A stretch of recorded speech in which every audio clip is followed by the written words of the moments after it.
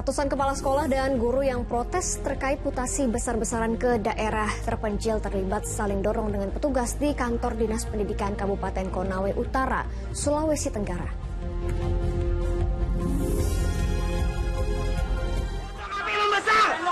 Untuk kami membesar, ulun 06 Putra Bangas TKM. Amukan si jago merah meluluh lantakan 7 rumah di permukiman padat penduduk di Kota Banjarmasin, Kalimantan Selatan.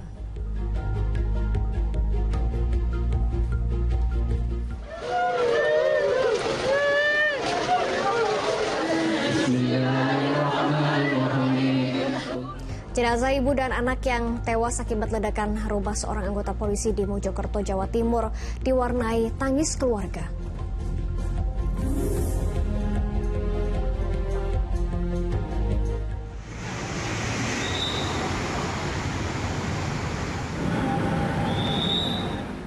Warga di Kota Bandung, Jawa Barat nekat memanjat pohon besar untuk mendapat koin yang disebar sebuah aplikasi berbasis lokasi.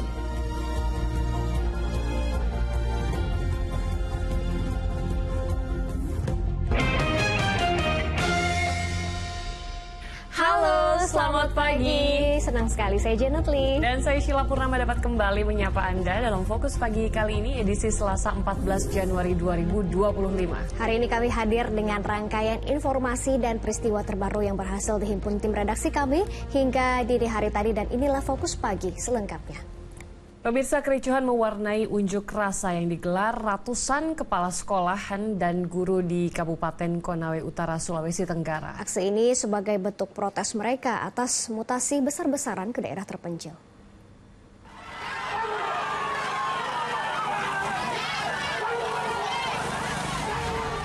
Ratusan kepala sekolah dan guru terlibat saling dorong dengan polisi pamong praja di kantor Dinas Pendidikan Kabupaten Konawe Utara Senin siang.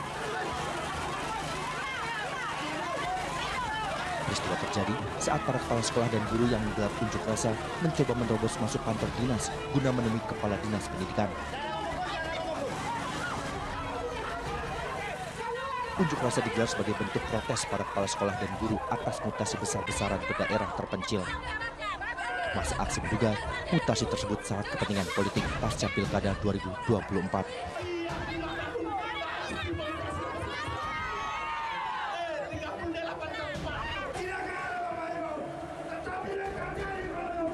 Hari ini kami pertanyakan kenapa kami dimutasi besar-besaran sehingga proses pembelajaran hari ini di Konawe Utara tidak efektif ya, karena adanya guru-guru ini sekarang yang mogok sudah berapa ya, karena penempatannya tidak sesuai, tidak efektif, tidak rasional. Saya kira kalau bicara penyebab, saya kurang tahu pasti apa penyebabnya, karena saya tidak merasa melakukan pelanggaran-pelanggaran yang berimbas kepada pemutasian atau non-job yang saya alami. Yang pastinya ini adalah kemungkinan besar ini imbas dari pilkada kemarin. Apa itu Pak, misalnya tidak memilih atau bagaimana? Ya, kemungkinan karena kami tidak diduga mungkin tidak mendukung pasangan tertentu sehingga kami imbasnya seperti ini. Sementara itu, Sekretaris Dinas Pendidikan Konawe Utara Suyamin mengatakan keputusan mutasi besar-besaran ini keliru dan pihaknya akan melakukan evaluasi. Memang ada sedikit kekeliruan dalam penempatan, terutama jadi catat dia sedikit ada kekeliruan. Kata selamatkan ini adalah guru sertifikasi kita, agar mereka mendapatkan jam mengajar, agar mereka bisa diberikan haknya sebagai guru sertifikasi. Kita tidak kembali berdasarkan kebutuhan sekolah, agar proses pembelajaran kita ini berjalan dengan baik. Bapak Ibu guru menjalankan tugas dengan sebaik-baiknya. Sebelum membubarkan diri, para kepala sekolah dan guru menyegel kantor dinas dan meminta SK mutasi segera dibatalkan. Al-Ghazali Mahfud melaporkan dari Kabupaten Konawe Utara, Sulawesi Tenggara. Kita ke informasi lain, pemirsa. Ratusan keluarga pensiunan TNI Angkatan Darat menggelar aksi unjuk rasa di depan Komplek Kodam Jaya di ruas jalan dan Mogot Kalideres, Jakarta Barat. Unjuk rasa ini dilakukan untuk menolak rencana pengosongan rumah dinas yang akan dilakukan pihak Kodam Jaya.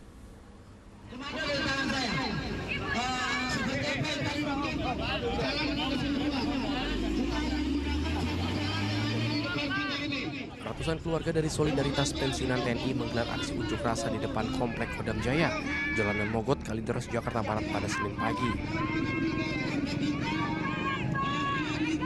Sambil membawa sejumlah spanduk, para pendemo ini berorasi menolak rencana pengosongan rumah dinas yang akan dilakukan pihak Kodam Jaya pada 114 rumah yang dihuni 500 jiwa lebih.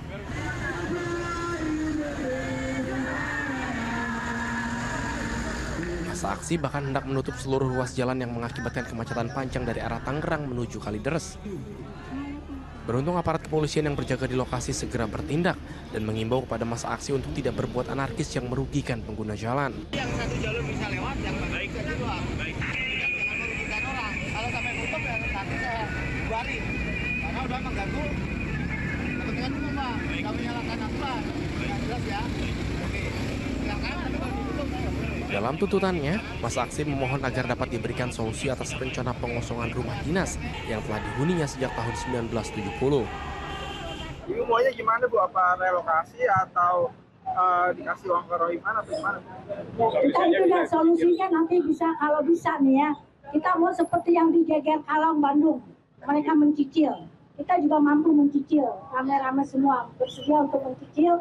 Atau kita diganti rumah. Andai kata itu ada kebaikan buat kita semua.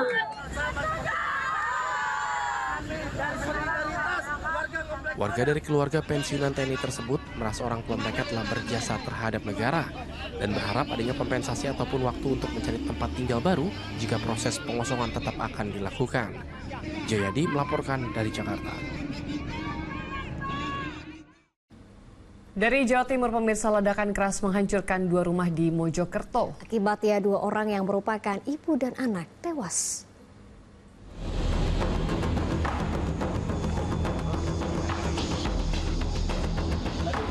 Porak-poranda, itulah kondisi 2 rumah di desa Sumolawang, Kecamatan Puri, Kabupaten Mojokerto, Jawa Timur, Senin pagi. Diduga ledakan berasal dari bahan peledak. Ledakan keras yang terdengar hingga radius 2 km itu juga membuat genteng 4 rumah warga lainnya rontok, serta 1 mobil rusak parah. Akibat peristiwa ini, ibu dan anak meninggal dunia tertimpa reruntuhan material atap bangunan.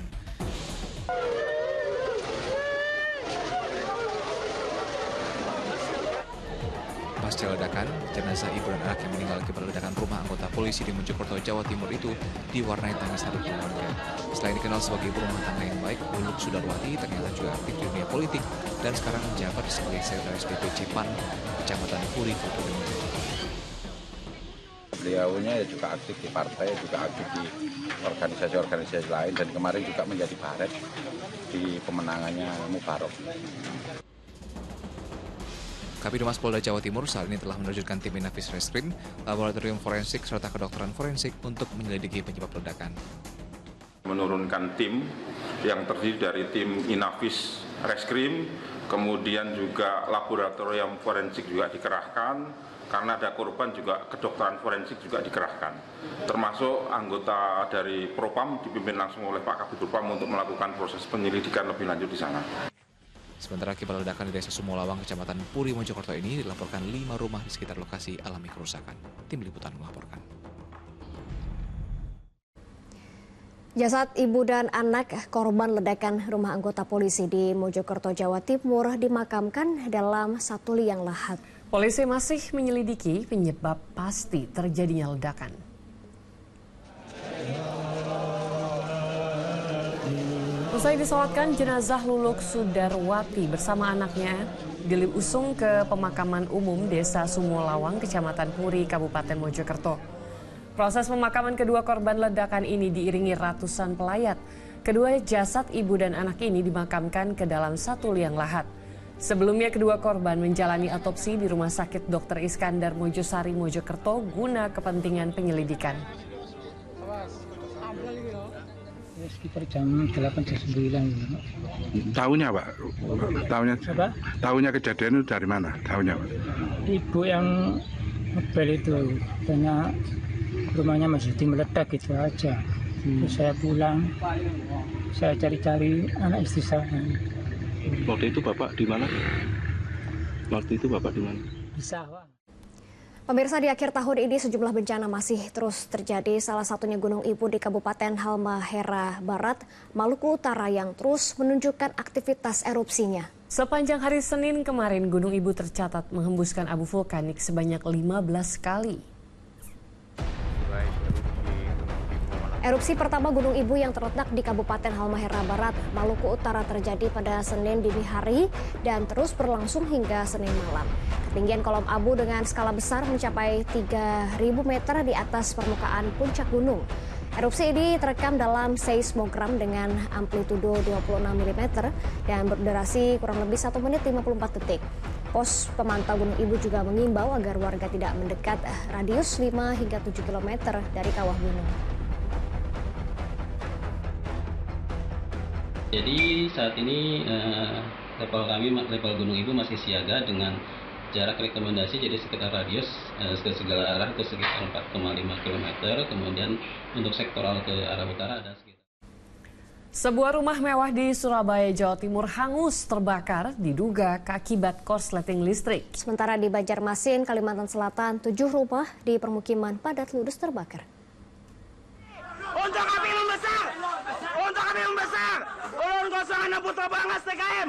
Api berkobar hebat dari 7 rumah yang terbakar di permukiman padat penduduk Jalan SMA 8 Kota Banjarmasin, Kalimantan Selatan, Senin siang.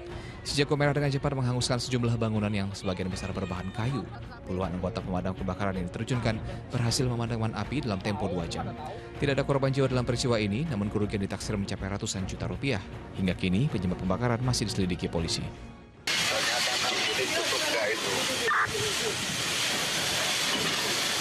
Kebakaran juga menghanguskan sebuah rumah mewah di Jalan Dharma Husada Indah Timur, Surabaya, Jawa Timur, Senin siang. Api diduga muncul akibat korsleting listrik di lantai 2 bangunan tersebut. Untuk memadamkan api yang cepat membesar, 11 unit mobil pemadam kebakaran dikerahkan ke lokasi. Tadi informasinya itu lampunya padam, kemudian dia menyalakan listrik, tapi mati lagi. Nah, jadi dia naik di lantai 2, ternyata sudah ada asap dan juga ada api. Setelah 1 jam berjibaku, api berhasil dipadamkan. Kebakaran tidak menimbulkan korban jiwa, namun kerugian ditaksir mencapai ratusan juta rupiah. Tim Liputan melaporkan. Masih dari peristiwa kebakaran, sebuah sepeda motor terbakar setelah menabrak tiang pembatas trotoar di Kebayoran Baru, Jakarta Selatan.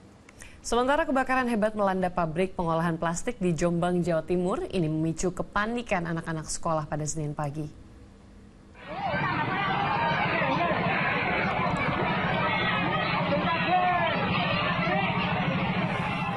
Iya, kepanikan melanda anak-anak sekolah ketika kebakaran pabrik plastik pada Senin pagi terjadi dan para siswa pun berhamburan meninggalkan ruang kelas mereka saat asap pekat mulai menyelimuti sekolah mereka.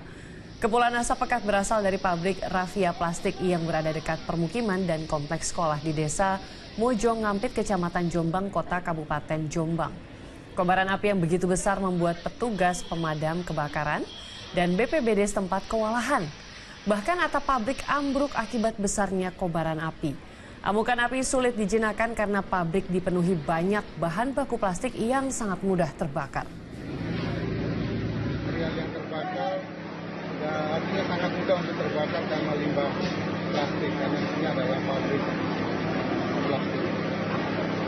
Pak, ini tempat apa saja yang terbakar, Pak? Bagian apa saja? Sementara yang kita lihat adalah bahan-bahan bakunya, juga mesin-mesin di area mesin, area bahan baku. Guys, motor nabrak Senopati Taman Suryo.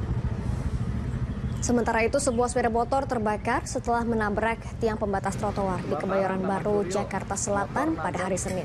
Kecelakaan tunggal ini diduga akibat pengendara kehilangan konsentrasi saat berkendara dalam kondisi mengantuk. Korban yang mengalami luka-luka sempat dibawa warga ke klinik terdekat sebelum dievakuasi ke rumah sakit. Kobaran api berhasil dipadamkan warga menggunakan alat pemadam api ringan atau APAR.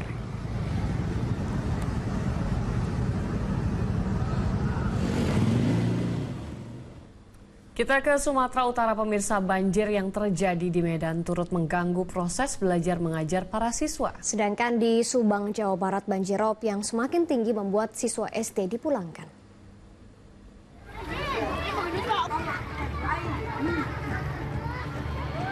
Banjir air laut pasang atau rop yang kembali menerjang pesisir Pantura, Subang, Jawa Barat membuat siswa sekolah dasar negeri Mayangan di Kecamatan Legon Kulon dipulangkan lebih awal. Dibantu petugas BPBD, para siswa dievakuasi menuju lokasi aman, lalu diantar pulang. Pemulangan itu dilakukan lantaran ruangan kelas sudah tak layak untuk kegiatan belajar mengajar setelah air semakin naik dengan ketinggian antara 30 hingga 80 cm. Kami terpaksa memulangkan sebagian anak yaitu kelas bawah 1, 2, 3 lebih dulu pulangnya karena kondisi banjir yang seperti ini sudah tinggi dan juga sebagian ruangan yang tidak bisa kami gunakan untuk belajar mereka. Banjir yang terjadi di Medan, Sumatera Utara juga mengganggu proses belajar mengajar para siswa.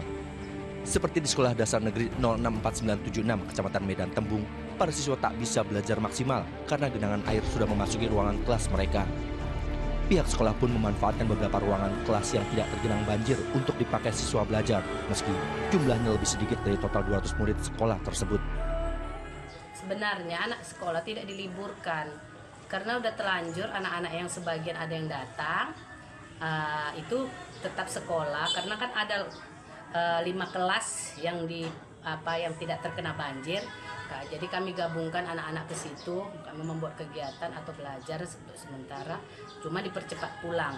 Ada sebagian anak, mungkin dia karena di lingkungan di sini juga banjir, jadi anak-anak itu memang nggak sekolah karena di rumahnya banjir. Pihak sekolah juga sudah mengajukan permohonan untuk pembangunan ruangan kelas bertingkat guna mengantisipasi hal serupa kembali terjadi. Tim Liputan melaporkan. Ya, pemirsa, banjirop juga melanda Jakarta di kawasan permukiman warga di Muara Angke. Banjir dengan ketinggian hingga 80 cm membuat aktivitas warga terganggu. Makin tinggi, beginilah kondisi banjirop atau air pasang laut yang menggenangi Jalan Dermaga Baru, Penjaringan Muara Angke, Jakarta Utara, Senin pagi. Ketinggian air mencapai 80 cm, merendam rumah warga di 11 RT. Akibat tingginya banjir membuat mobilitas warga terganggu. Dengan dibantu personel BPBD, warga terpaksa menaiki perahu karet untuk aktivitas di luar rumah. Kayaknya hari ini lebih tinggi nih, perkiraan saya itu 80 lebih sentimeter. Iya. Nah, kalau yang terdampak ini untuk hari ini ada berapa RT, terus berapa jiwa nih? Kalau yang terdampak di RW 22 itu ada 11 RT. Ya. Emang di sini ada 12 RT, satu nggak terdampak karena rumah dia itu panggung. Kini warga mulai mengeluh terserang berbagai penyakit, seperti diare, demam, hingga gatal-gatal. Banjirop kembali menggenangi kawasan Muara Angke, Jakarta Utara yang diprediksi akan terjadi hingga 17 Januari 2025. Meski mengaku telah terbiasa, namun masyarakat di sini meminta kepada pemerintah untuk mencari solusi terbaik dari permasalahan ini, salah satunya yakni pembangunan tanggul laut. Muhammad Zulhilmi, Ahmad Teguh, Fajrin Abdillah melaporkan dari Jakarta. Takut jadi korban salah sasaran, sejumlah pemotor terpaksa berhenti saat Jalan Raya Cilincing, Jakarta Utara dipenuhi 2 kelompok remaja yang tengah bertikai. Kami hadirkan informasi selengkapnya usai jeda. Tetap bersama kami di Fokus Pagi.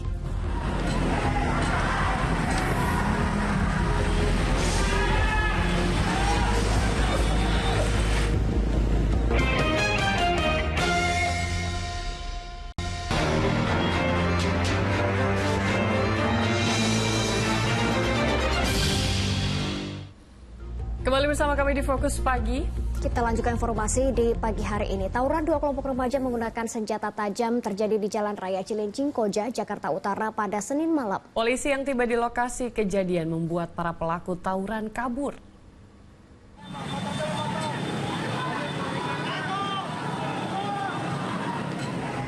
Sejumlah pemotor ini terpaksa berhenti saat Jalan Raya Cilincing dipenuhi 2 kelompok remaja yang tengah bertikai Senin malam. Para pengendara khawatir jadi korban salah sasaran. Kedua kelompok nampak saling serang menggunakan batu dan bambu. Polisi yang mendapat laporan langsung mendatangi lokasi kejadian. Kedatangan petugas berhasil membubarkan bentrokan.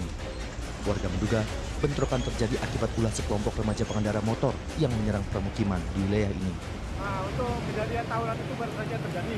Kami mendapat informasi dari warga dan sebelumnya kami sudah menempatkan anggota di lokasi ini.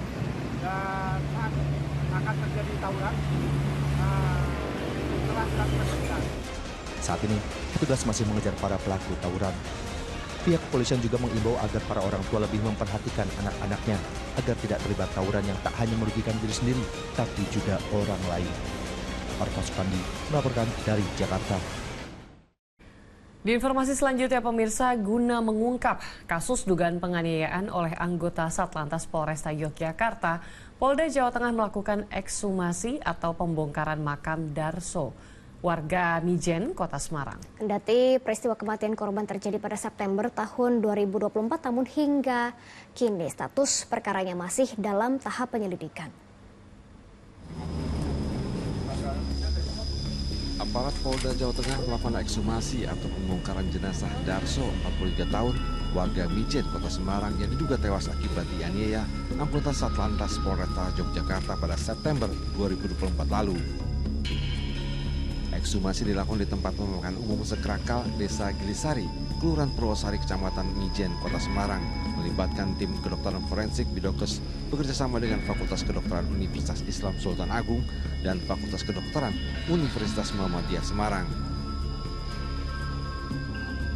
Dalam ekshumasi yang berlangsung 2,5 jam ini, dokter forensik juga mengambil sampel organ tubuh korban untuk diteliti dan hasilnya akan diungkap ke publik. Proses ini untuk mengetahui penyebab kematian korban, apakah ada unsur penganiayaan atau tidak. Kegiatan ekshumasi ini dalam rangka scientific crime investigation, yaitu kita untuk mendapatkan informasi dan menemukan penyebab kematian daripada almarhum. Dan oleh karena itu, hari ini kita melaksanakan kegiatan itu, dan ini merupakan rangkaian proses penyelidikan dan penyidikan dari penyidik. Kasus dugaan penganiayaan ini masih dalam tahap penyelidikan. Sejumlah saksi telah diperiksa termasuk keluarga korban dan warga sekitar yang mengetahui kejadian tersebut. Polisi juga berkoordinasi dengan rumah sakit yang sempat merawat korban sebelum ia menemui ajalnya. Saksi-saksi sebanyak 10 orang dan hari ini ada tambah kembali 3 orang. Proses kegiatan ini kita semua masih dalam rangka penyelidikan. Kami belum bisa mengatakan apakah ini ada unsur pidana atau tidaknya. Ya. Jadi kami masih proses penyelidikan untuk menentukan nanti akan hasil daripada ekshumasi ini merupakan salah satu bukti pendukung yang untuk bisa menentukan apakah ini ada pidana atau tidak. Sementara keterangan dari kuasa hukum keluarga Darso, dugaan penganiayaan ini bermula dari peristiwa kecelakaan yang terjadi di wilayah hukum Polresta Yogyakarta pada bulan Juni 2024 lalu. Berselang 3 bulan atau sekitar bulan September, korban dijemput 6 orang berpakaian preman di rumahnya di Desa Gilisari, Kota Semarang. Tak beberapa lama, Darso kemudian diantar ke rumah sakit di daerah Ngalian karena mengalami sejumlah luka. Usai dirawat selama 4 hari, korban akhirnya meninggal dunia. Saat kejadian menjemput di sini tidak ngaku siapa-siapa. Bahkan ibu atau istri korban tahunya itu temannya. Tapi dia berpakaian dinas atau preman? Enggak pakai pakaian preman, enggak pakai dinas. Baru setelah korban meninggal, datang lagi ke Semarang itu menggunakan pakaian dinas. Jadi pasca di rumah sakit itu sempat cerita kepada adik korban, sempat cerita kepada istri bahwa dia dipukulin sama polisi-polisi dari Yogyakarta. Hingga saat ini kasus meninggalnya Darso, warga Mijen, Kota Semarang, yang diduga dianiaya oleh 6 orang anggota polisi lalu lintas Polresta Yogyakarta ini masih dalam penyelidikan Polda Jawa Tengah. Ali Mustafirin melaporkan dari Semarang, Jawa Tengah. Kita beralih di informasi dari Palembang, Sumatera Selatan, di mana seorang bocah tewas ditikam orang tak dikenal. Korban tewas akibat luka sabetan senjata tajam yang dia diteritanya. Kamera ponsel warga merekam saat seorang pria dan seorang bocah laki-laki menjalani perawatan di Rumah Sakit Bari Palembang usai menjadi korban penikaman orang tak dikenal. Meski petugas telah melakukan tindakan medis, namun nyawa bocah berinisial VS itu tidak tertolong. Penikaman bermula saat kedua korban tengah berada di depan sebuah minimarket. Tiba-tiba 3 orang bersenjata tajam turun dari sebuah angkot dan langsung menyerang kedua korban. Belum diketahui motif penyerangan tersebut, sementara jasad bocah FS telah dimakamkan pihak keluarga di Pemakaman Umum Kamboja, Palembang. Kasusnya kini dalam penyelidikan petugas. Kami duduk, nah bercerita kelakat, tiba-tiba ada mobil angkut, semua ini kuning, langsung turun, itu 3 tiba-tiba yang sikap berarti mau celuri panjang. Nah, langsung ngapak bang. Ngapak siapa itu kak? Ngapak Ariansa. Ariansa. Yang apa? Ini besarnya. Lalu terkena yang budak kecilnya. Yang budak kecil ini siapa kak? Yang budak kecil ini ya ini apa? Masih ada ponak lah. Tapi dia tak tahu kan? Tak tahu posisinya tidur. Pemirsa, petugas gabungan dari Polda Metro Jaya dan Polres Metro Bekasi Kabupaten masih memburu pelaku penikapan yang menewaskan aktor Sandi Permana di Jalan Cibarusah, Kabupaten Bekasi, Jawa Barat. Sebelumnya pada Minggu pagi, aktor film kolosal tersebut roboh bermandikan darah usai berduel dengan pelaku yang tak lain merupakan tetangganya sendiri. Kasus tewasnya aktor film kolosal Sandi Permana yang diduga ditusuk tetangganya di Cibarusah, Kabupaten Bekasi masih belum terungkap motifnya. Polisi tengah memburu pelaku yang melarikan diri usai kejadian. Istri Sandi Permana menuturkan, petaka pada Minggu pagi itu terjadi usai korban memberi pakan ayam dengan mengendarai sepeda motor listriknya. Pelaku diduga tidak terima dan emosi ketika ditegur korban saat sedang memangkas pohon. Korban yang ditikam pelaku sempat berteriak minta tolong warga sebelum akhirnya dilarikan ke rumah sakit umum Cilengsi. Tadi memang biasa suka nganterin makanan ayam ya di belakang di ternak ayam. Pulang itu ke rumah. Karena pulang ke rumah itu karena pas sudah jadi saya lihat CCTV. Saya lihat CCTV itu jam 7.20 itu suami saya masih ada pulang ke sini bawa apa yang udah dibeli sama dia. Terus pergi lagi, ternyata kejadian itu jam 7.30 dia ditusuk oleh pelaku. Tapi informasi setelah ditusuk oleh pelaku itu dia dengan penuh darah, itu dia masih bisa jalan cari pertolongan. Sementara polisi mengungkap fakta baru terkait tewasnya aktor Sandi Permana. Dari keterangan sejumlah saksi, Sandi Permana diketahui sempat berduel dengan pelaku yang tak lain tetangganya.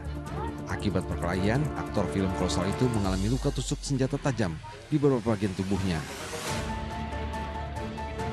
Selain telah mengantongi identitas pelaku, polisi juga sudah memeriksa 4 orang saksi, mulai dari warga yang menyaksikan perkelahian, petugas keamanan, hingga istri pelaku. Sebelum ditemukan bersimbah darah, aktor Sandi Permana diketahui sempat menemui seseorang di sebuah danau yang tak jauh dari lokasi kejadian. Setelah mendatangi TKP, olah TKP, melakukan pemeriksaan, setidaknya ada 4 saksi. Ya, 4 saksi itu antara lain seorang ibu yang melihat korban itu dengan ada 1 saksi diduga sedang berkelahi. Kemudian yang sedang berkelahi dengan korban itu melotot dan akhirnya pergi. Kemudian saksi kedua itu adalah istri dari orang yang berkelahi dengan korban.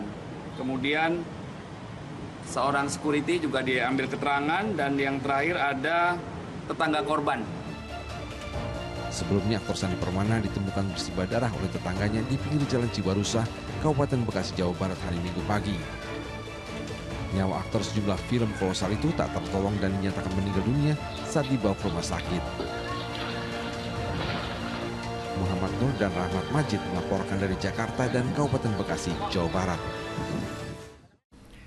Kita ke informasi selanjutnya, pemirsa. Setelah sempat melarikan diri keluar daerah, polisi akhirnya membekuk pelaku pembunuhan terhadap seorang ASN di sebuah hotel di Kota Kendari, Sulawesi Tenggara. Dari hasil pemeriksaan sementara, pelaku tega menghabisi nyawa korban karena tersinggung saat tengah berpesta minuman keras.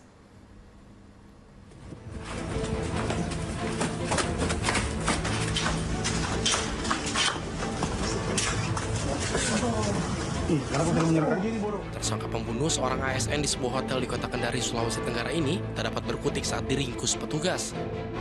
Tersangka ditangkap di tempat pelariannya di sebuah rumah kontrakan di Morowali, Sulawesi Tengah saat sedang berkumpul bersama teman-temannya. Dari hasil pemeriksaan sementara, tersangka tega menghabisi nyawa korban saat sedang berpesta minuman keras. Tersangka diduga sakit hati ketika terlibat cekcok, hingga korban tewas dengan sejumlah luka tusuk akibat ditikam dengan senjata tajam. Pada saat mereka itu hari Kamis itu si korban ini menghubungi pelaku untuk mengajak minum. di hotel ini, kemudian datang, kemudian mereka ngobrol. Pada saat ngobrol ini tiba-tiba terjadi cekcok kedua belah pihak ini. Ya, kedua belah pihak cekcok, ribut, akhirnya si pelaku dengan alat melakukan pembunuhan terhadap si korban ini. Akibat perbuatannya, tersangka kini harus mendekam di sel tahanan Polresta Kendari untuk penyidikan lebih lanjut dan terancam hukuman 15 tahun penjara. Aga Salim Mahfud melaporkan dari Kota Kendari, Sulawesi Tenggara. Lagi-lagi terjadi pemirsa, memperbaiki kabel listrik yang alami gangguan seorang teknisi di Kota Lubuk Linggau, Sumatera Selatan, tewas tersengat listrik. Ya, evakuasi korban ini berlangsung dramatis. Petugas PLN. Jalanan Kelabat Kota Lubuk Linggau, Sumatera Selatan mendadak ramai saat seorang teknisi listrik tersetrum Senin siang. Pria 29 tahun itu tersetrum usai memperbaiki gangguan yang terjadi di tiang listrik yang ia panjat. Proses evakuasi terhadap tubuh korban berjalan dramatis. 3 orang petugas dengan sangat hati-hati menurunkan jasad korban dari tiang listrik.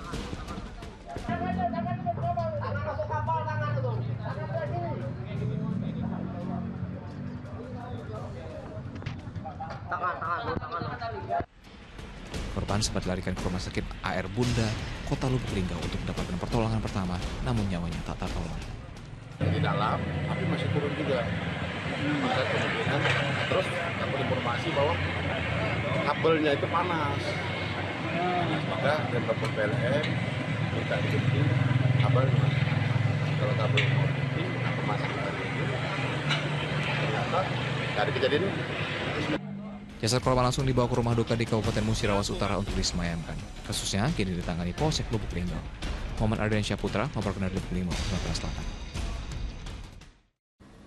Tidak diawasi oleh petugas keamanan, 3 unit sepeda motor yang terparkir di sebuah halaman sekolah di Bandar Lampung dibawa kabur oleh komplotan pencuri. Sementara di Bangkalan, Jawa Timur, seorang pria tega membawa anak balitanya untuk melakukan pencurian sepeda motor. Buka.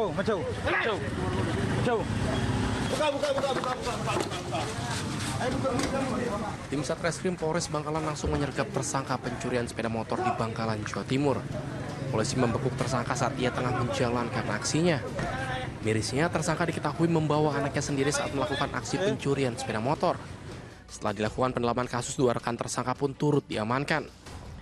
Kepada polisi, tersangka mengaku sengaja membawa anaknya hanya sebagai modus untuk mengelabui calon sasaran pencurian agar para korbannya tidak curiga.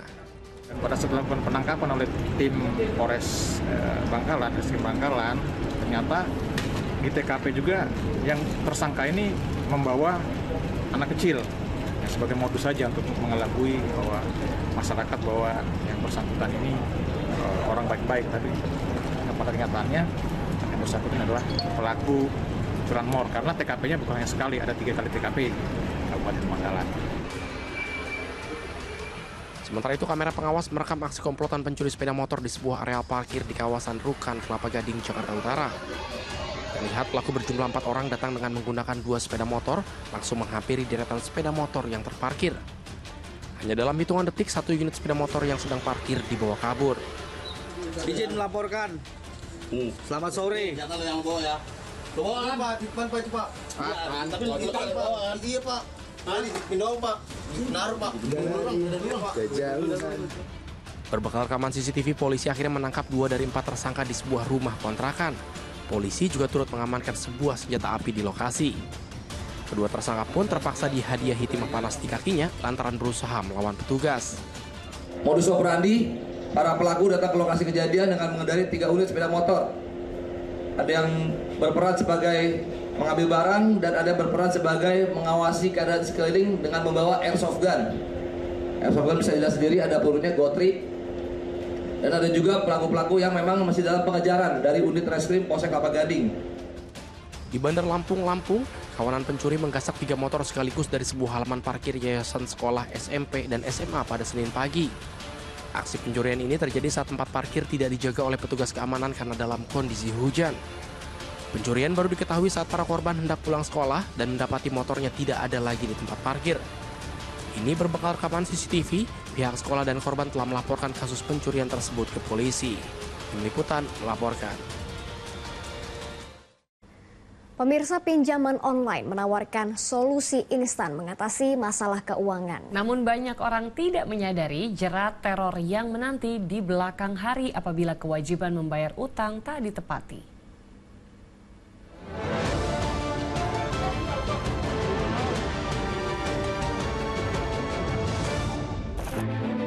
Tiga orang satu keluarga ditemukan tewas pada Minggu 15 Desember 2024.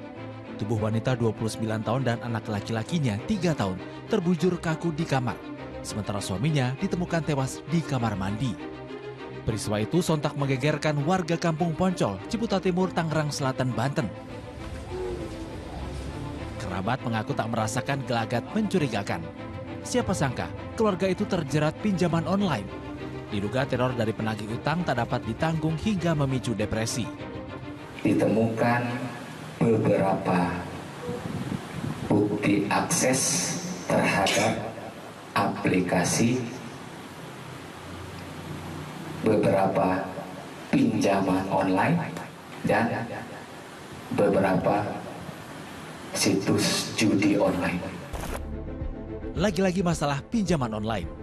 Di Desa Manggis, Kecamatan Ngancar, Kediri, Jawa Timur, pasangan suami istri dan 2 anaknya ditemukan tergeletak dalam kondisi kritis di rumah.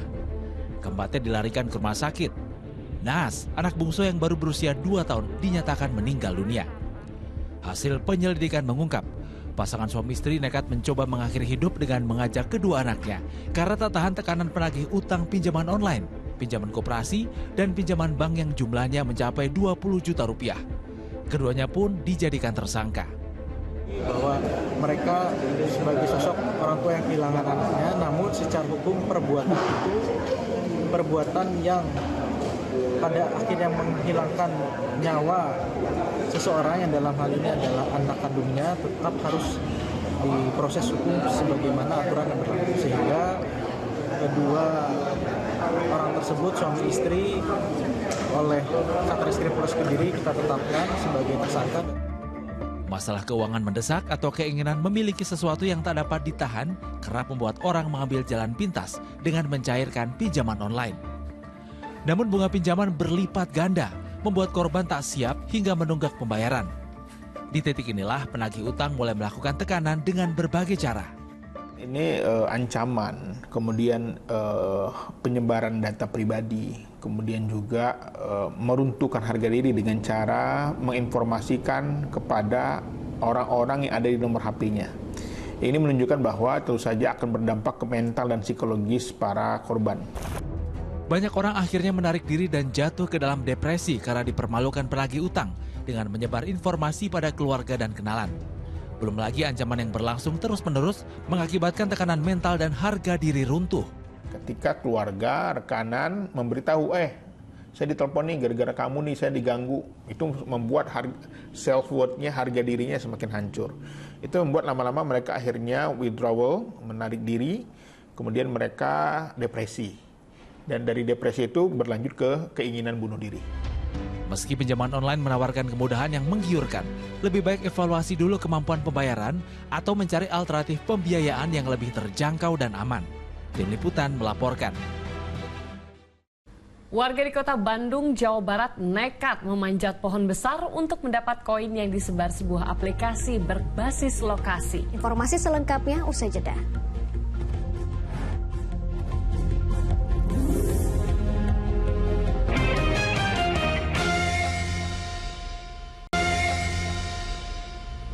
Kembali bersama kami di Fokus Pagi bersama saya Sheila Purnama. Dan saya Janet Lee. Pemirsa, diduga akibat menghantam jalan bergelombang seorang ibu rumah tangga yang mengendarai sepeda motor di Lok Sumawe, Aceh terjatuh dan tewas terlindas truk. Sementara di Majalengka, Jawa Barat, kecelakaan beruntun yang melibatkan 4 kendaraan menyebabkan seorang pemotor wanita tewas. Motor eta. Kilo mobil. Polisi, motor. Inilah video amatir sesaat setelah terjadinya kecelakaan maut di Jalan Raya Rajugaluh, kawasan Tanjung Sari, Majalengka, Jawa Barat pada Senin siang. Total ada 4 kendaraan yang rusak parah akibat kecelakaan beruntun tersebut. Kerasnya benturan hingga menyebabkan seorang wanita pengendara sepeda motor tewas seketika di lokasi kejadian. Sementara seorang bocah yang diboncengnya mengalami luka. Insiden kecelakaan ini bermula saat sebuah truk yang melaju kencang dari arah Cirebon menuju Majalengka diduga hilang kendali. Sang sopir yang tak mampu menguasai laju kendaraannya kemudian menabrak 3 kendaraan lain yang berada di depannya. Sopir truk yang diduga menjadi penyebab terjadinya kecelakaan kini telah diamankan petugas untuk menjalani pemeriksaan. Kronologis kejadian lokasi kejadian di Jalan Raja Galuh Majalengka di depan Pasar Tanjung Sari, truk melintas pasar kemudian menabrak mobil L300, kemudian menabrak sepeda motor, mobil Hiace dan di belakangnya mobil L300. Akibat kejadian tersebut, korban 1 meninggal dunia dan 2 luka-luka langsung dirujuk ke puskesmas setempat.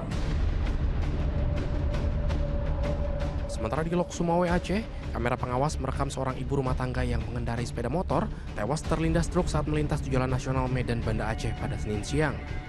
Pemotor tersebut jatuh setelah diduga menghantam jalan bergelombang yang tertutup genangan air. Naas di saat bersamaan melintas sebuah truk tepat di belakang korban hingga tabrakan pun tidak terhindarkan.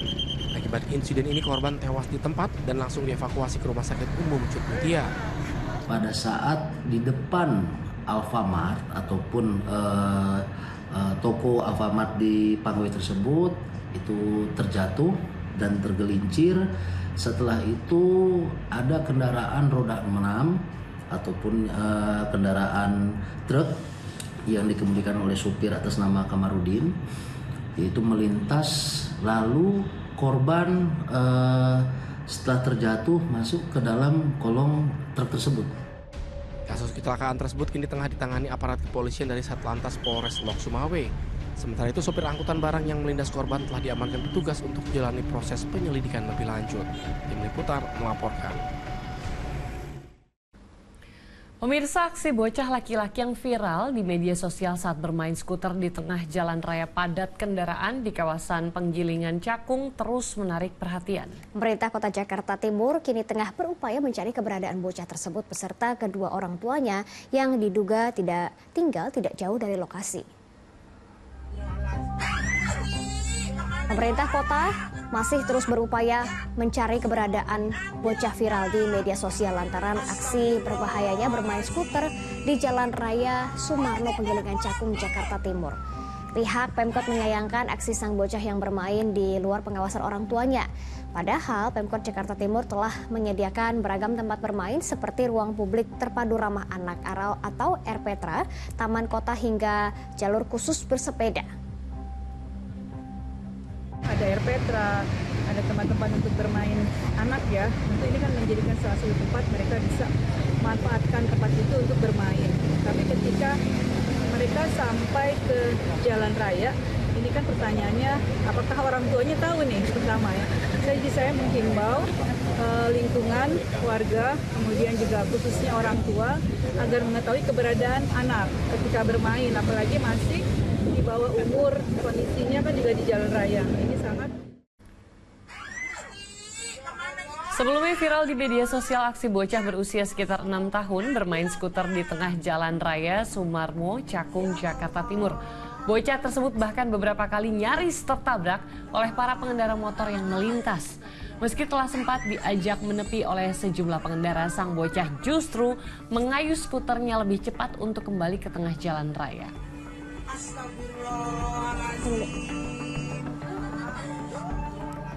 Ya tentunya ini menjadi perhatian ya Sheila ya. Ini berbahaya sekali dan harapannya tidak ada lagi yang terjadi seperti ini. Karena berbahaya untuk diri sendiri maupun orang lain yang pengguna jalan. Betul. Kita beralih ke informasi lainnya pemirsa. Tenaga kesehatan sebuah rumah sakit di Kota Banjarbaru, Kalimantan Selatan diduga mengalami pelecehan seksual oleh seorang pejabat pemerintah Provinsi Kalimantan Selatan. Pelecehan terjadi ketika pelaku sedang menjalani terapi yang tengah ditangani oleh korban.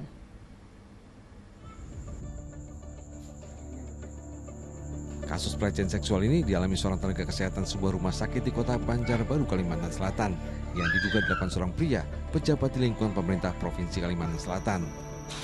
Terduga pelaku yang merupakan pasien korban diduga melakukan pelecehan saat sedang diterapi oleh korban.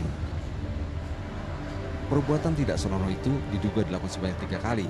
Selain dilecehkan secara fisik, terduga pelaku juga melecehkan korban secara verbal, yakni meminta korban menjadi istri keduanya. Korban sempat merekam perbuatan tidak pantas itu dengan ponselnya pada 11 Desember 2024 lalu. Tak terima istrinya dilecehkan, suami korban melaporkan kasus ini ke unit PPA Polres Banjarbaru pada 18 Desember 2024. Polisi telah memanggil dan memeriksa terduga pelaku pada 9 Januari lalu. Untuk saat ini dari pihak unit PPA Polres masih melakukan penyelidikan dan pengumpulan saksi-saksi dan barang bukti untuk menetapkan apakah ini masuk unsur pidana atau tidak, dan sudah dilakukan pemeriksaan terhadap para saksi, korban, dan juga dilakukan juga pemeriksaan terhadap yang diduga pelaku, di mana pada tanggal 6 Januari sudah dilakukan pemanggilan, tapi beliau tidak berhadir, ada keperluan keluarga, kesibukan. Kasus ini masih dalam tahap penyelidikan karena polisi masih mengumpulkan barang bukti dan keterangan saksi-saksi. Dedi Junaidi melaporkan dari Kota Banjarbaru, Kalimantan Selatan. Ratusan mahasiswa kedokteran dari berbagai universitas di Indonesia menggelar aksi diam di kawasan Patung Kuda Gambir, Jakarta Pusat. Aksi itu sebagai bentuk protes atas peraturan Menteri Pendidikan, Kebudayaan, Riset, dan Teknologi nomor 53 tahun 2023 yang dinilai akan mempersulit mahasiswa profesi, terutama kedokteran, di mana harus menempuh pendidikan singkat dengan batas waktu maksimal 3 tahun.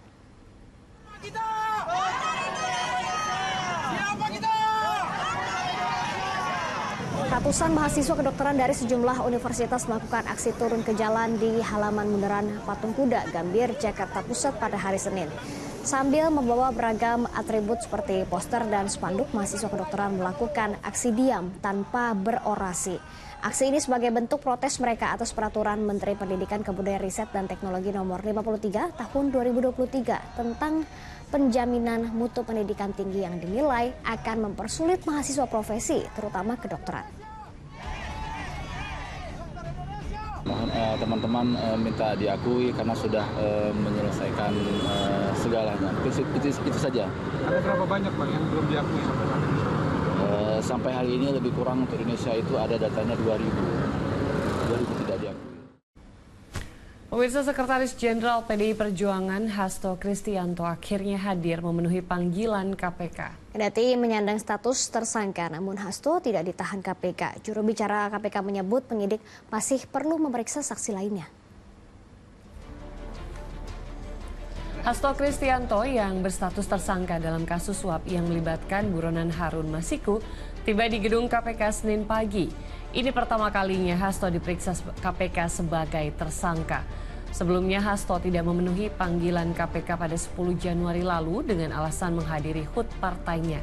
Hasto juga telah mengajukan gugatan pra-peradilan atas status tersangkanya dan akan mulai disidangkan pada 21 Januari mendatang. Kami hadir dengan penuh tanggung jawab dan siap mengikuti seluruh proses hukum. Tentu saja setelah para penasihat hukum kami menyerahkan surat kepada pimpinan KPK, kami menunggu tindak lanjutnya dan nanti percayalah kami akan memberikan keterangan pers yang sebaik-baiknya kepada saudara-saudara sekalian. Usai diperiksa penyidik KPK di Gedung Merah Putih selama 3,5 jam terkait kasus Harun Masiku, Hasto memilih irit bicara. Sementara dalam konferensi pers Senin sore, KPK mengungkap alasan pihaknya tidak menahan Hasto meski sudah diperiksa dengan status tersangka. KPK masih harus memeriksa saksi lain, salah satunya Maria Lestari. Lembaga anti rasuah itu baru akan menahan Hasto saat penyidik dan jaksa menilai perkara sudah siap dilimpahkan ke tahap selanjutnya. KPK menemukan indikasi ada pola yang sama dalam menetapkan Maria Lestari dan Harun Masiku sebagai legislator. Yang bersangkutan tidak dilakukan penahanan hari ini karena penyidik masih membutuhkan waktu untuk memeriksa beberapa saksi yang masih belum hadir dan masih dibutuhkan. Ya, sebagaimana rekan-rekan ketahui juga ada beberapa saksi yang dipanggil di perkara ini belum hadir. Beberapa diantaranya saudara Saiful Bahri, ada juga saudari Maria Lestari, dan ada beberapa saksi lain. Warga di beberapa wilayah tengah diramaikan dengan fenomena mencari koin yang disebar di sejumlah tempat. Hal ini membuat Polda Metro Jaya mengingatkan warga yang memainkan aplikasi ini agar tidak merusak fasilitas umum dan merugikan orang lain. Sementara di Bandung, Jawa Barat, warga bahkan nekat memanjat pohon besar untuk mendapat koin tersebut karena bila berhasil menemukannya, mereka akan mendapat hadiah uang tunai dengan jumlah tertentu. Bawa. Ini. Mana. Dapat. Dah. Warga Kota Bandung nekat memanjat sebuah pohon besar demi mencari koin. Ada juga warga yang mencari koin di pinggir jalan hingga saluran air hingga berjam-jam. Koin-koin tersebut disebar di sejumlah tempat oleh sebuah aplikasi media sosial berbasis lokasi. Platform ini menawarkan aktivitas berhadiah. Salah satunya, permainan yang mengajak orang-orang menemukan koin yang disebar di sejumlah tempat seperti taman, gedung, dan fasilitas publik lainnya. Koin-koin ini bisa ditemukan lewat petunjuk yang terlihat di aplikasi tersebut. Ada 3 jenis koin yang disediakan, yakni emas, perak, dan perunggu. Setiap koin memiliki kode tertentu dan bisa ditukar dengan hadiah berupa uang tunai senilai Rp300.000 hingga mencapai Rp100 juta. Di kota Surabaya, warga dari berbagai usia juga turut mencari koin aplikasi tersebut di kawasan Tugu Pahlawan. Mereka mengaku mencari koin keberuntungan tersebut lantaran mengikuti tren yang tengah ramai di media sosial. Lagi cari koin, Mas, ngikutin yang viral-viral itu, Mas. Udah dapat, Mas, selama cari? Saat ini belum dapat sih, Mas. Cuman lagi booming aja, jadi pengen ngikutin tren-tren saat ini aja, Mas. Pihak Infokom Surabaya akan berkoordinasi dengan Satpol PP Surabaya untuk membubarkan aktivitas pencarian koin di taman atau fasilitas umum.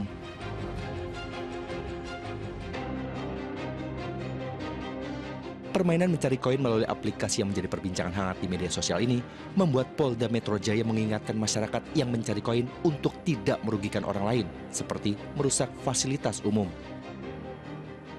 Meski hingga saat ini belum ada warga yang melapor, namun polisi akan memproses hukum jika ada masyarakat yang merasa dirugikan dari permainan tersebut. Polisi bahkan membuka peluang memanggil pengelola aplikasi untuk diperiksa jika ada masyarakat yang melayangkan laporan resmi ke kantor polisi.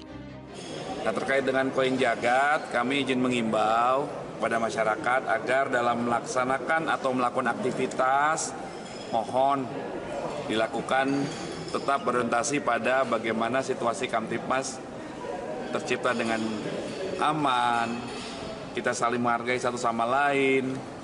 Kami dapat informasi juga bahwa ada beberapa fasilitas yang rusak. Nah ini tolong, jangan melakukan aktivitas atau kegiatan yang bisa merugikan pihak lain, merusak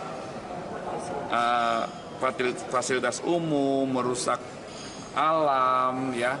Dan apabila nanti ada pihak yang merasa dirugikan, tentunya wajib kami tindak lanjuti. Diketahui, pihak pengembang aplikasi telah mewanti-wanti agar para pemain mencari koin dengan cara sopan dan tidak merusak lingkungan atau mengganggu warga. Karena koin-koin tersebut tidak akan muncul di area seperti tertanam di dalam tanah, tenggelam di air, tersembunyi di balik batu atau tempat lain yang perlu dipaksa untuk dibuka, serta area yang tidak diizinkan untuk dimasuki. Tim Liputan melaporkan. Kita beralih ke informasi lainnya. Berbagai cara dilakukan untuk menyukseskan program pemerintah Makan Bergizi Gratis di Jakarta. Sementara program Makan Bergizi Gratis di Kota Manado, Sulawesi Utara telah memasuki minggu kedua pelaksanaannya. Ratusan siswa menikmati makanan bergizi gratis dari pemerintah di SMP Negeri Kota 4 Manado Senin siang. Para siswa-siswi ini terlihat lahap menikmati makanan yang diberikan para guru. Program ini sudah berjalan 2 minggu di Kota Manado. Para siswa berharap menu makanan tiap harinya bisa bervariasi agar tidak menimbulkan kejenuhan, serta diberikan tambahan susu. Bisa menunya diganti jadi ikan laut, atau mungkin bisa juga ditambah dengan susu. Untuk menunya ini ya mungkin dari segi menunya ya perlu ada ganti-ganti, misalnya dari segi lauk pauknya sama dengan ikan, dan ini ayam-ayam terus. Sementara itu, berbagai cara dilakukan dalam menyukseskan program pemerintah makan bergizi gratis. Di Sekolah Dasar Negeri Rawabadak Utara 01 Pagi Koja, Jakarta Utara, usai menyantap makan bergizi gratis, para murid diperkenankan menaiki kendaraan tempur TNI Maung. Para murid pun merespon dengan gembira. Para siswa juga mengaku menyukai menu makanan yang diberikan. Sama ini kemudian kita lanjutkan untuk menarik anak-anak ini, kita mengadakan juga ada mobil Maung buatan Pindad, buatan produk dalam negeri, kita memperkenalkan mereka untuk menaiki dan merasakan bahwasanya ini dalam produk kebanggaan kita supaya cita-cita mereka lebih tinggi dengan makanan bergizi. Pemerintah tengah menggelar program makan bergizi gratis secara serentak di seluruh Indonesia. Program pemerintah ini sudah memasuki pekan kedua sejak dimulainya pelaksanaannya 6 Januari 2025 lalu. Tim Liputan melaporkan. Iya, pemirsa dan juga Jenet, program makan bergizi gratis ini sedianya memang menjadi angin segar bagi penyedia jasa catering. Ya, tapi sayangnya bantuan pemerintah ini justru dijadikan modus penipuan baru oleh pelaku kejahatan untuk menjerat pengusaha boga.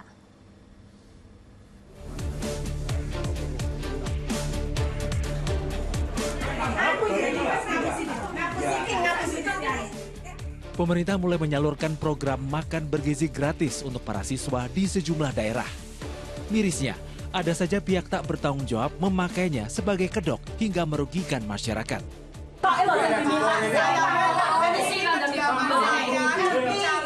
Seperti di Kediri, Jawa Timur, sebanyak 70 pemilik usaha catering dimintai uang pungutan oleh oknum pengurus kelompok masyarakat atau Pokmas. Total uang pungutan 72 juta rupiah. Mereka dijanjikan menjadi penyuplai program makan bergizi gratis dengan jaminan harus membayar 1 juta hingga 2 juta rupiah untuk kesanggupan menyediakan 1.000 kotak makanan. Disuruh bayar 750.000 untuk uang jaminan. Setelah kita transfer 750, hari berikutnya disuruh nambah lagi 250. Jadi per 1.000 kotak, setiap ibu catering yang gabung harus membayar 1 juta. Pihak Pokmas memastikan tindakan oknum pengurus bukan kebijakan organisasi karena program tersebut seharusnya tanpa uang jaminan. Pokmas Manunggal Cipta Rasa itu tidak pernah memungut biaya apapun, terutama di sub. Jadi tidak ada. Kita sendiri juga sangat terkejut dengan kejadian seperti ini. Tiba-tiba ada protes dari mitra-mitra kami, ada pungutan sebesar 1-2 juta rupiah. Dari 70 pemilik usaha catering, baru 40 orang yang mendapatkan pengembalian uang. Sementara 30 korban lainnya baru mendapatkan penggantian uang 6 juta rupiah. Polisi telah mengumpulkan data dan melakukan penyelidikan terkait peristiwa ini. Belum ada satu korban pun yang laporan belum, karena dari korban masih mengharapkan semuanya kembali ya. Jadi dari mereka sudah kita sarankan untuk laporan, tapi dari para korban ini meminta untuk kita mohon waktu supaya dari yang bawa uang kita mengembalikan dulu seperti itu. Sementara di Bukit Tinggi, Sumatera Barat, penyedia jasa boga ditipu pelaku kejahatan yang mencatut nama Kodim 0304 Agam yang mendapatkan penawaran sebesar 123 juta rupiah dari pelaku penipuan melalui aplikasi percakapan. Belum pernah bertemu, korban justru nekat mengirimkan uang sebesar 40 juta rupiah untuk pengadaan ikan kaleng dan kornet. Proses lebih lanjut kami salurkan ke Polresta Bukit Tinggi karena ini mencatut nama Kodim, kemudian kebetulan di situ juga dicantumkan nama saya dengan modus berita telepon, kemudian mengirimkan foto pemesanan. Kasusnya dalam penyelidikan polisi. Maraknya penipuan berkedok program makan bergizi gratis, tak lepas dari minimnya pengetahuan masyarakat terhadap informasi kebijakan pemerintah. Sehingga iming-iming kepastian mendapatkan tender kerap membutakan penyedia jasa catering. Terjadinya peralihan kebijakan yang belum tersosialisasi dengan cukup baik gitu ya kepada masyarakat yang memang bergerak di bidang kulineri atau kemudian di bidang boga yang berkaitan dengan pengadaan terhadap makan siang gratis ini. Yang kedua adalah akhirnya memunculkan oknum-oknum dalam tanda kutip adalah orang-orang yang akhirnya memanfaatkan situasi seperti ini. Atau dalam konteks tertentu kita mengatakan bahwa terjadi lack of capable guardian. Jadi ada pengawasan-pengawasan yang justru menjadi minim dan akhirnya dimanfaatkan oleh orang tersebut untuk melancarkan aksi penipuan. Guna mencegahnya, penyedia jasa boga wajib memastikan legalitas setiap pihak yang memberikan penawaran. Bila perlu, minta pendampingan lembaga bantuan hukum Peran pemerintah juga dibutuhkan, terutama berperan aktif menyosialisasikannya, termasuk mengedukasi masyarakat yang ingin ikut berpartisipasi. Tim Liputan laporkan. Pemakaman ibu dan anak yang tewas akibat ledakan rumah seorang anggota polisi di Mojokerto, Jawa Timur diwarnai tangis keluarga. Kami hadirkan informasinya usai jeda. Tetap bersama kami di Fokus Pagi.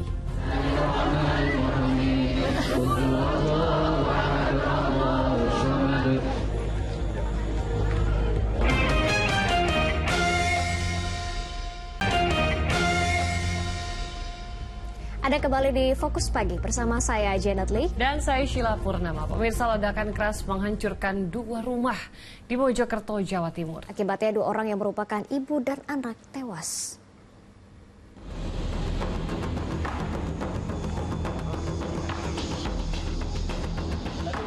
Porak-poranda, itulah kondisi 2 rumah di desa Sumolawang, Kecamatan Puri, Kabupaten Mojokerto, Jawa Timur, Senin pagi. Diduga ledakan berasal dari bahan peledak. Ledakan keras yang terdengar hingga radius 2 km itu juga membuat genteng 4 rumah warga lainnya rontok, serta 1 mobil rusak parah. Akibat peristiwa ini, ibu dan anak meninggal dunia tertimpa reruntuhan material atap bangunan.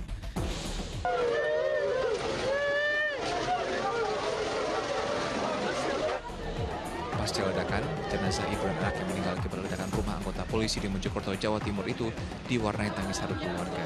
Selain dikenal sebagai ibu rumah tangga yang baik, Luluk Sudarwati ternyata juga aktif di dunia politik dan sekarang menjabat sebagai sekretaris DPC PAN Kecamatan Puri, Kabupaten Mojokerto. Beliaunya juga aktif di partai, juga aktif di organisasi-organisasi lain, dan kemarin juga menjadi baret di pemenangannya Mubarok. Kabid Humas Polda Jawa Timur saat ini telah menerjunkan tim Inafis Reskrim, Laboratorium Forensik, serta kedokteran forensik untuk menyelidiki penyebab ledakan. Menurunkan tim yang terdiri dari tim Inafis Reskrim, kemudian juga laboratorium forensik juga dikerahkan, karena ada korban juga kedokteran forensik juga dikerahkan. Termasuk anggota dari Propam dipimpin langsung oleh Pak Kabid Propam untuk melakukan proses penyelidikan lebih lanjut di sana. Sementara akibat ledakan di desa Sumolawang, Kecamatan Puri, Mojokerto ini dilaporkan 5 rumah di sekitar lokasi alami kerusakan. Tim Liputan melaporkan. Guna mengungkap kasus dugaan penganiayaan oleh anggota Satlantas Polresta Yogyakarta, Polda Jawa Tengah melakukan ekshumasi atau pembongkaran makam Darso, warga Mijen, Kota Semarang. Kendati peristiwa kematian korban terjadi pada September tahun 2024 lalu, namun hingga kini status perkaranya masih dalam tahap penyelidikan. Aparat Polda Jawa Tengah melakukan ekshumasi atau pembongkaran jenazah Darso, 43 tahun, warga Mijen, Kota Semarang yang diduga tewas akibat dianiaya anggota Satlantas Polresta Yogyakarta pada September 2024 lalu. Ekshumasi dilakukan di tempat pemakaman umum Sekrakal, Desa Gilisari, Kelurahan Purwosari, Kecamatan Mijen, Kota Semarang, melibatkan tim kedokteran forensik Bidokes bekerjasama dengan Fakultas Kedokteran Universitas Islam Sultan Agung dan Fakultas Kedokteran Universitas Muhammadiyah Semarang.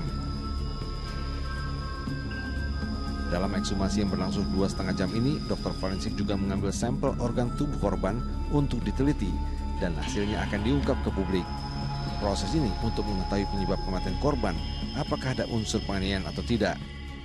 Kegiatan ekshumasi ini dalam rangka scientific crime investigation, yaitu kita untuk mendapatkan informasi dan menemukan penyebab kematian daripada almarhum.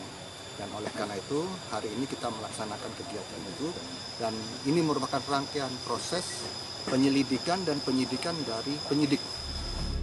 Kasus dugaan penganiayaan ini masih dalam tahap penyelidikan. Sejumlah saksi telah diperiksa termasuk keluarga korban dan warga sekitar yang mengetahui kejadian tersebut. Polisi juga berkoordinasi dengan rumah sakit yang sempat merawat korban sebelum ia menemui ajalnya. Saksi-saksi sebanyak 10 orang dan hari ini ada tambah kembali 3 orang. Proses kegiatan ini kita semua masih dalam rangka penyelidikan. Kami belum bisa mengatakan apakah ini ada unsur pidana atau tidaknya, ya. Jadi kami masih proses penyelidikan untuk menentukan nanti akan hasil daripada ekshumasi ini merupakan salah satu bukti pendukung yang untuk bisa menentukan apakah ini ada pidana atau tidak. Sementara keterangan dari kuasa hukum keluarga Darso, dugaan penganiayaan ini bermula dari peristiwa kecelakaan yang terjadi di wilayah hukum Polresta Yogyakarta pada bulan Juni 2024 lalu. Berselang 3 bulan atau sekitar bulan September, korban dijemput 6 orang berpakaian preman di rumahnya di Desa Gilisari, Kota Semarang. Tak beberapa lama, Darso kemudian diantar ke rumah sakit di daerah Ngalian karena mengalami sejumlah luka. Usai dirawat selama 4 hari, korban akhirnya meninggal dunia. Saat kejadian menjemput di sini tidak ngaku siapa-siapa. Bahkan ibu atau istri korban tahunya itu temannya. Tapi dia berpakaian dinas atau preman? Nggak pakai pakaian preman, nggak pakai dinas. Baru setelah korban meninggal, datang lagi ke Semarang itu menggunakan pakaian dinas. Jadi pasca di rumah sakit itu sempat cerita kepada adik korban, sempat cerita kepada istri bahwa dia dipukulin sama polisi-polisi dari Yogyakarta. Hingga saat ini kasus meninggalnya Darso, warga Mijen Kota Semarang yang diduga dianiaya oleh 6 orang anggota polisi lalu lintas Polresta Yogyakarta ini masih dalam penyelidikan Polda Jawa Tengah. Ali Mustafirin melaporkan dari Semarang, Jawa Tengah. Kita ke informasi lain, pemirsa. Pencari rumput tenggelam di Waduk Joto, Kecamatan Tikung, Kabupaten Lamongan, Jawa Timur ditemukan. Korban ditemukan dalam keadaan meninggal dunia jauh dari tepian waduk.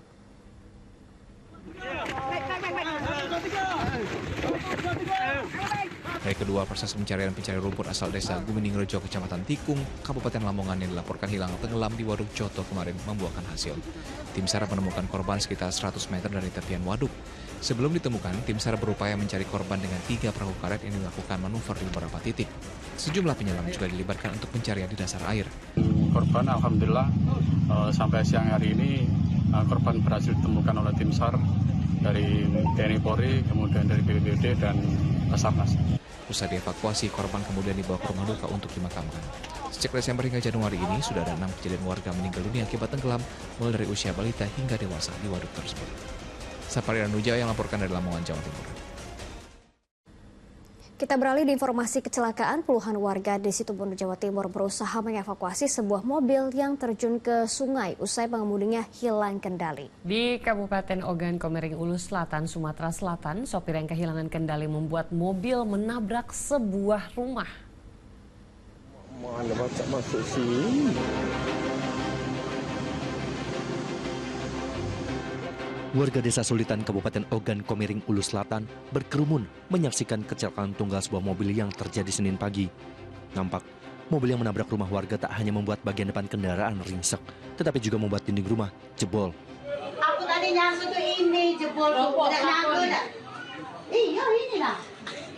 Ini nih motor tuh kena kayu nih. Iya, bantingan kayu. Motor kayu nih, Mak. Iya, aku itu loh, aku tak keluar. Kecelakaan berawal saat mobil melaju dengan kecepatan tinggi dari arah Muara 2 menuju Simpang Muara 2.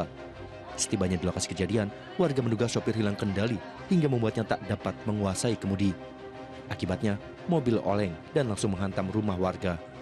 Dari ban sebelah kiri keluar dari aspal, pada saat pengemudi hendak kembalikan kendaraan naik ke posisi roda kiri ke aspal, banting setir ke arah kanan, namun kendaraan meloncong ke sebelah kanan sehingga menabrak rumah warga yang berada di sebelah kanan arah ke Simpang Montopura.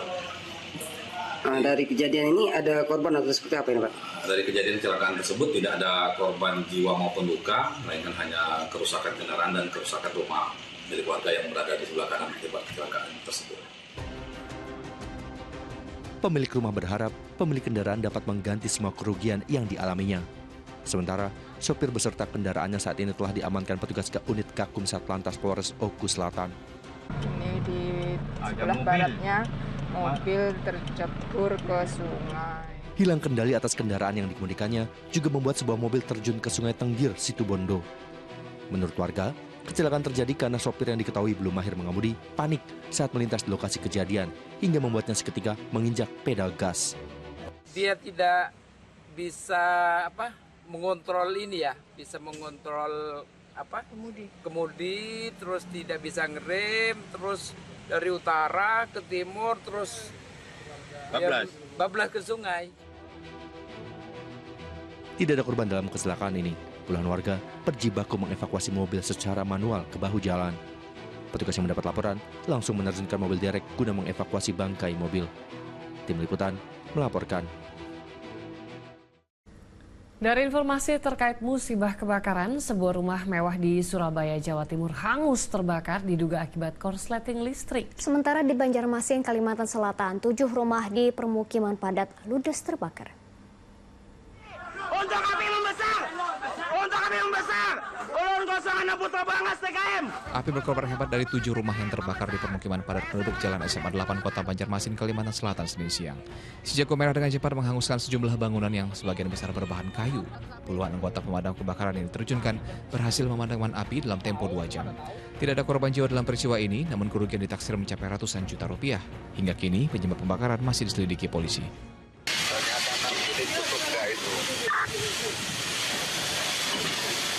Kebakaran juga menghanguskan sebuah rumah mewah di Jalan Dharma Husada Indah Timur, Surabaya, Jawa Timur, Senin siang. Api diduga muncul akibat korsleting listrik di lantai 2 bangunan tersebut. Untuk memadamkan api yang cepat membesar, 11 unit mobil pemadam kebakaran dikerahkan ke lokasi.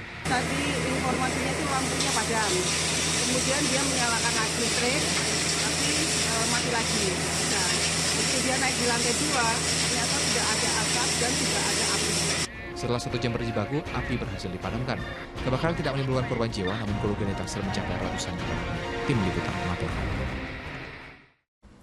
Di informasi yang ditunggu-tunggu oleh para pecinta bola ya ini, Sheila. Usai dilantik sebagai pelatih Timnas Indonesia, Patrick Kluivert langsung meninjau Stadion Utama Gelora Bung Karno, Senayan, Jakarta Pusat. Kunjungan tersebut dilakukan Kluivert untuk melihat lebih jauh kondisi Stadion Utama Gelora Bung Karno yang akan menjadi markas Timnas Indonesia.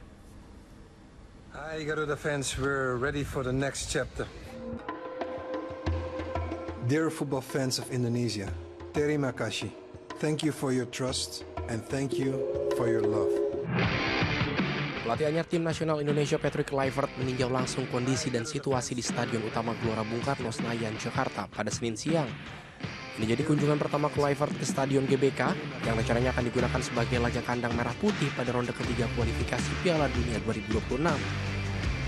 Selain itu, pelatih asal Belanda tersebut juga turut bertemu langsung dengan Menteri Pemuda Olahraga Dito Aryo Tejo dan Ketua Umum PSSI Erick Thohir di kantor Kemenpora Senayan, Jakarta Pusat. Dalam pertemuan itu, Kluivert membahas rencana tentang sepak bola Indonesia. Di antaranya akan memantau para pemain yang berlaga di BRI Liga 1 untuk masuk ke dalam tim nasional. Dan mereka juga akan kembali lagi di awal Februari untuk memastikan juga memantau para pemain tim nasional yang bermain di klubnya masing-masing. Ya, kalau tidak salah 8 Februari itu ada pertandingan Dewa dan Persija, di mana 5 pemain tim nasional ada di 3 di Persija, 2 di Dewa. Ingin dipantau langsung. Tidak hanya dari dalam negeri, guna memperkokoh kedalaman skuad Garuda, PSSI dan Kluivert juga berencana menambah pemain naturalisasi baru.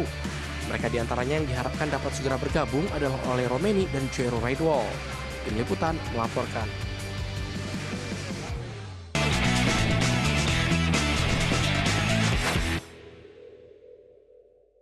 Dipersembahkan oleh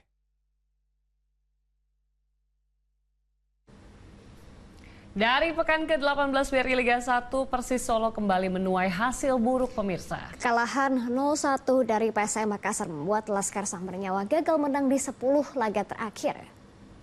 Mana kiprah mereka mampukah mengangkat Persis Solo untuk bisa keluar dari zona degradasi di malam hari ini. Syaratnya harus menang. Ambisi keluar dari zona degradasi diusung Persis Solo kala menjenguk PSM Makassar di Stadion Manahan Senin malam. Jual beli serangan dilakukan kedua tim sejak awal laga.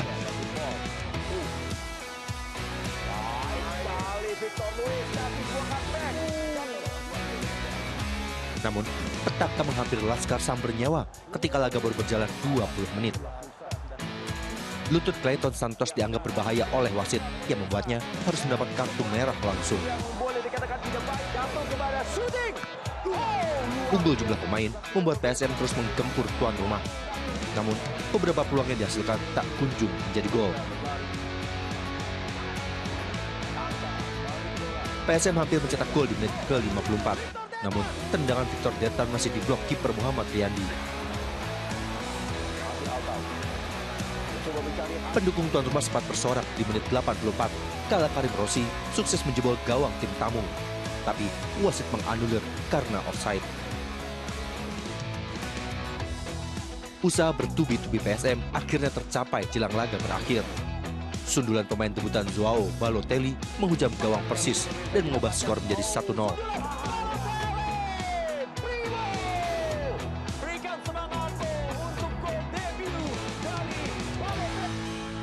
Menang 1-0, PSM naik ke urutan 6 dengan poin 30. Sedangkan Persis tertahan di urutan 17 dengan koleksi 10 angka, sekaligus memperpanjang catatan buruk 10 laga tanpa kemenangan. Pemirsa, Borneo FC Samarinda akan menghadapi Semen Padang pada lanjutan pekan ke-18 BRI Liga 1. Misi berbeda diusung kedua tim pada laga ini. Kedatangan dua pemain baru, Mateus Pato dan Ricky Chawor di skuad Borneo FC membuat para pemain bersemangat jelang menghadapi Semen Padang pada Selasa malam. Menjamu sang juru kunci, seluruh pemain pesut etam dalam kondisi prima untuk memetik 3 poin. Terlebih, Borneo tengah dalam kondisi terpuruk setelah gagal menang di 3 laga terakhir, termasuk pada ajang ASEAN Club Championship. Kemenangan wajib diraih untuk menaikkan moral tim di putaran kedua. Sementara itu, Semen Padang berambisi mencuri poin pada laga di Stadion Batakan, Balikpapan, Kalimantan Timur. Pelatih Eduardo Almeida telah melakukan beberapa perubahan dan komposisi tim demi memetik hasil maksimal. Jika meraih kemenangan pada laga ini, tim Kabau Sirah dipastikan akan keluar dari zona degradasi.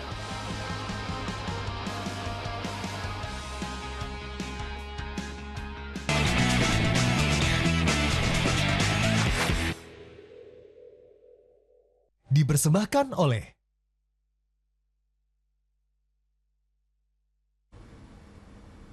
Pemirsa, laporan tadi menutup kebersamaan kita dalam Fokus Pagi hari ini, dan usai Fokus Pagi, jangan lewatkan untuk menyaksikan program Magic 5. Ya, mewakili tim redaksi dan kerabat kerja yang bertugas pagi hari ini, saya Sheila Purnama. Dan saya Janet Lee, pamit undur diri, sampai jumpa. Lewati hari-hari